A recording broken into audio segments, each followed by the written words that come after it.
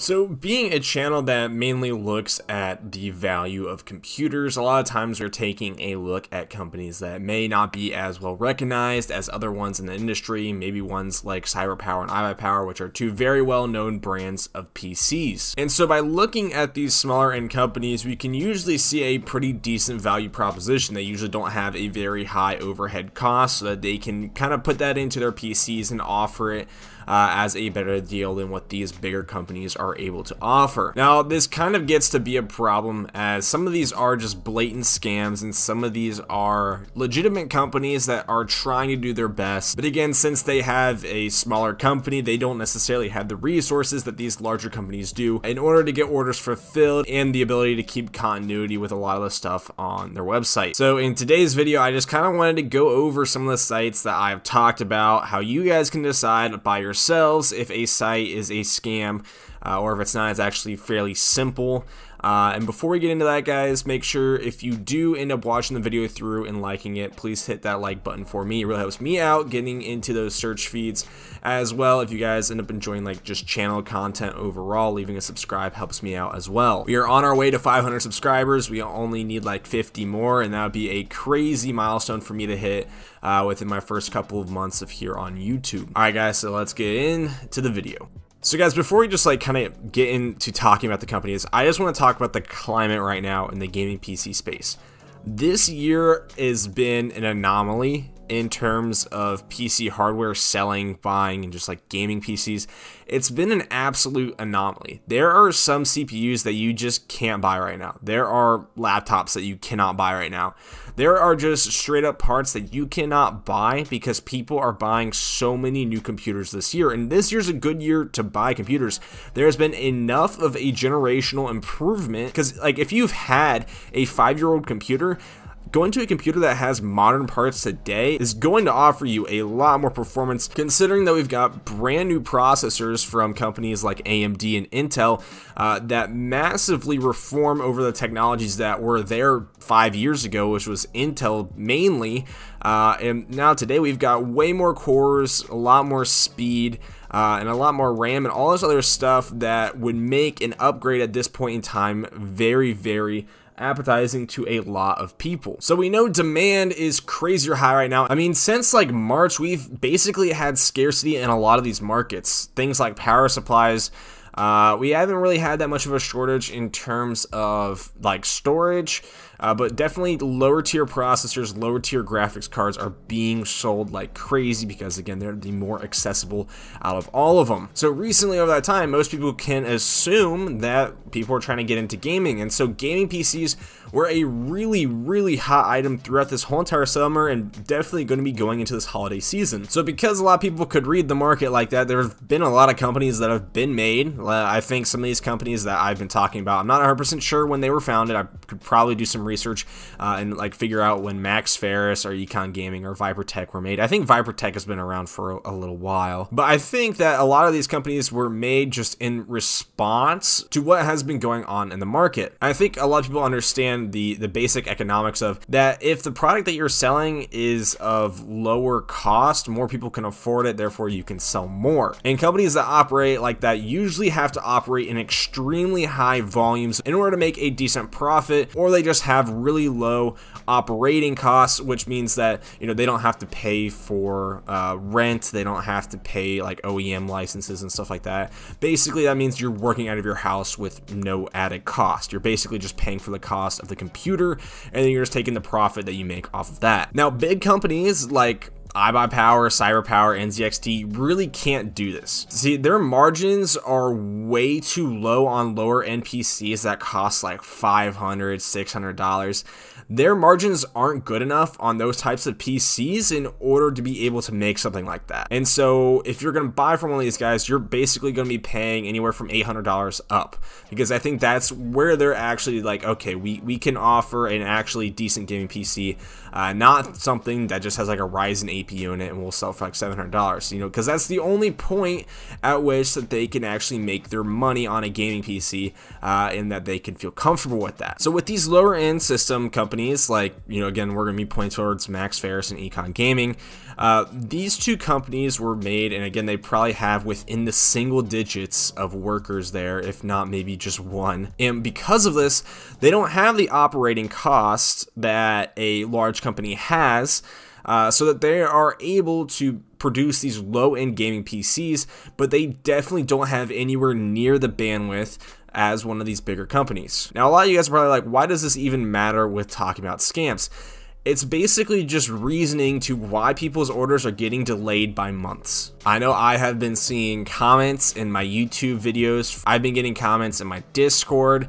I don't know enough about these companies. I don't know enough about Econ Gaming, but for sure I can say Max Ferris is a company that has an extremely low amount of people who work for it, and they're just trying to pump out products. I've had talks with them. They don't seem like the kind of people that would scam someone out of their money. I mean, they are very, very present in my YouTube comment section on their video. I mean, most companies that are trying to scam you aren't nearly as prevalent in a comment section of someone like me talking about their video. I know it probably has given them a decent amount of traffic to their site and has probably given them a good amount of purchases, so it probably does them good to sit down and do some customer support within the comment section of that video. But companies are just trying to make a quick buck off of like a bait and switch kind of thing, wouldn't really sit down and take the time to do that, mostly because they're not in it for the long-term comm. They just kind of want to get something going for a couple of months and then kind of switch over to something else. And so the main reason why people are complaining about these things being scams is because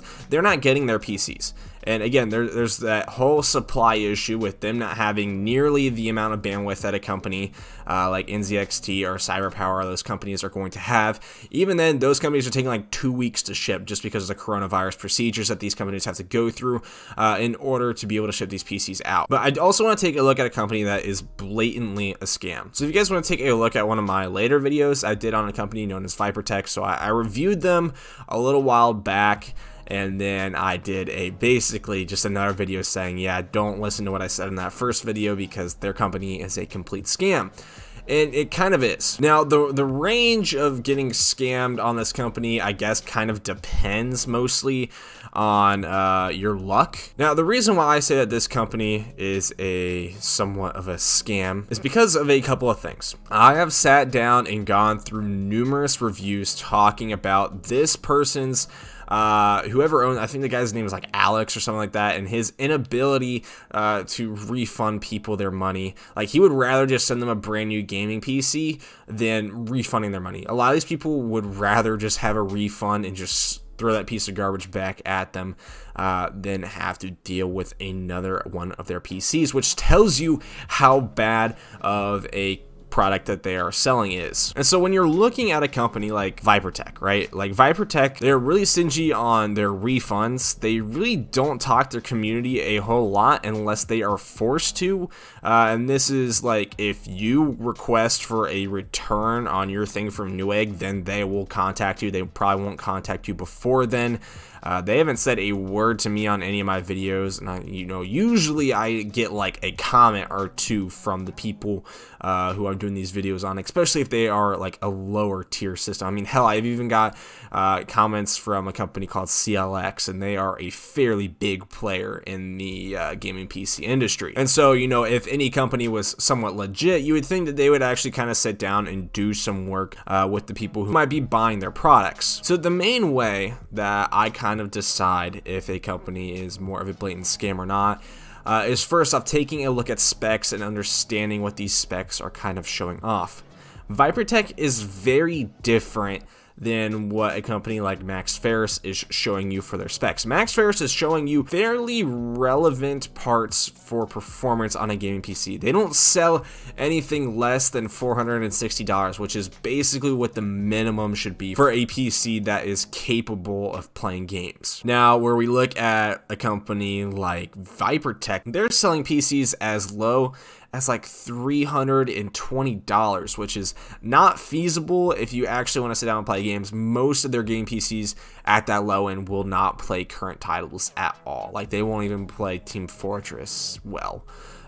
So yeah, there's that.